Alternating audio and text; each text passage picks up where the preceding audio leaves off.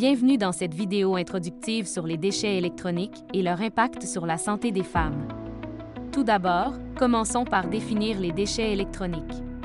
Ce sont tous les types d'équipements électriques et électroniques jetés sans intention de réutilisation. Par exemple, les téléphones portables, les ordinateurs, les réfrigérateurs et les lampes jetées font partie des déchets électroniques. On peut trouver des composants électroniques aussi dans les véhicules en fin de vie, appelés VFV, ainsi que des métaux valorisables. Les équipements électriques et électroniques jetés sont le flux de déchets qui grandit le plus rapidement au monde.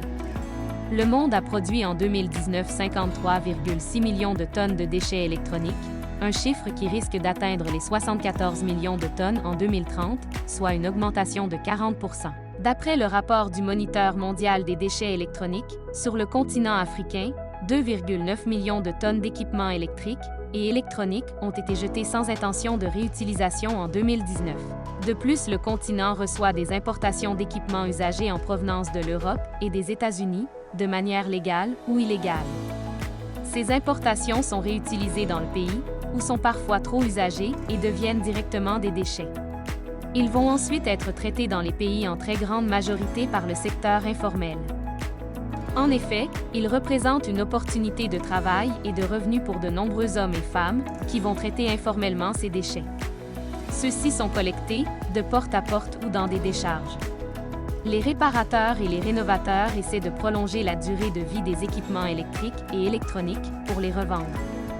Les démanteleurs et les séparateurs décomposent les équipements qui ne peuvent pas être réparés en plus petits morceaux qui peuvent ensuite être réutilisés. Les recycleurs brûlent et font fondre les déchets électroniques pour récupérer certains matériaux, comme par exemple le cuivre, et les vendre aux industries.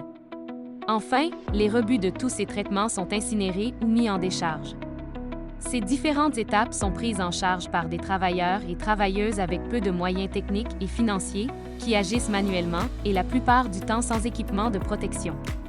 Le recyclage des déchets électroniques avec des techniques simples a donné lieu à d'immenses sites contaminés contenant de grands réservoirs de pollution, métaux lourds, POP comme les PBDE, PCB, et POP involontaires comme les dioxines et HAP.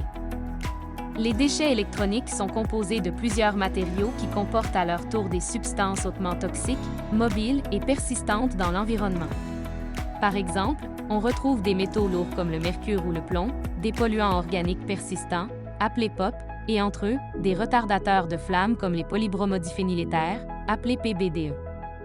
Les PBDE sont ajoutés dans une grande variété de produits pour inhiber la combustion, que ce soit sur les textiles, les meubles, les plastiques ou les équipements électriques et électroniques. Les POPNI, ou polluants organiques persistants non intentionnels, sont aussi émis notamment lors des pratiques de brûlage. Plusieurs voies de contamination sont possibles, par contact avec la peau, en touchant des objets contaminés, par ingestion de produits contenant ces substances chimiques ou par inhalation de fumée toxique. Mais quelles sont les conséquences? Des études sur la santé ont montré que les POP et les métaux lourds ont beaucoup de conséquences. Ceci inclut des retards de développement, des perturbations des fonctions cérébrales, des dysfonctionnements du système hormonal, des problèmes respiratoires, des problèmes cardiovasculaires, des dysfonctionnements des organes comme les reins, le foie ou le cerveau, voire même le développement de cancer. Les femmes, travaillant dans le milieu ou vivant dans les communautés voisines, sont particulièrement impactées par les substances toxiques. Pourquoi? Plusieurs raisons existent.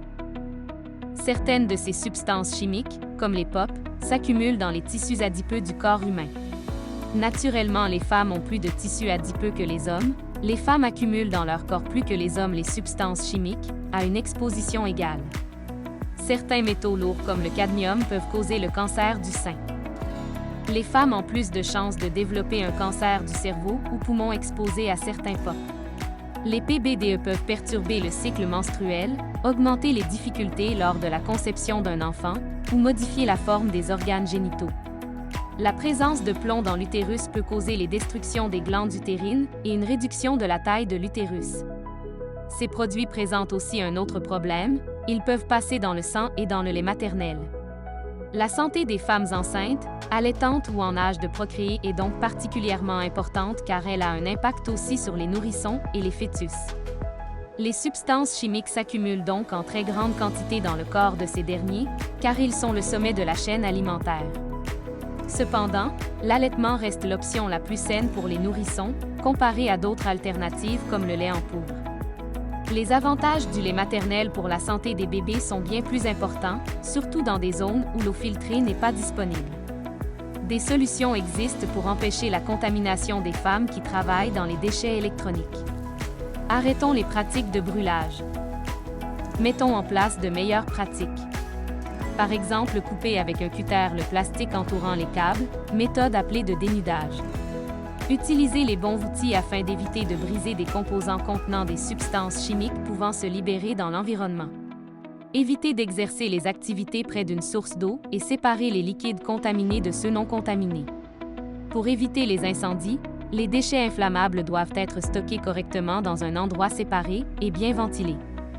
Pour éviter de toucher, ingérer ou inhaler des substances toxiques, portez un équipement de protection individuelle, avec masque, lunettes, gants et bottes est recommandé.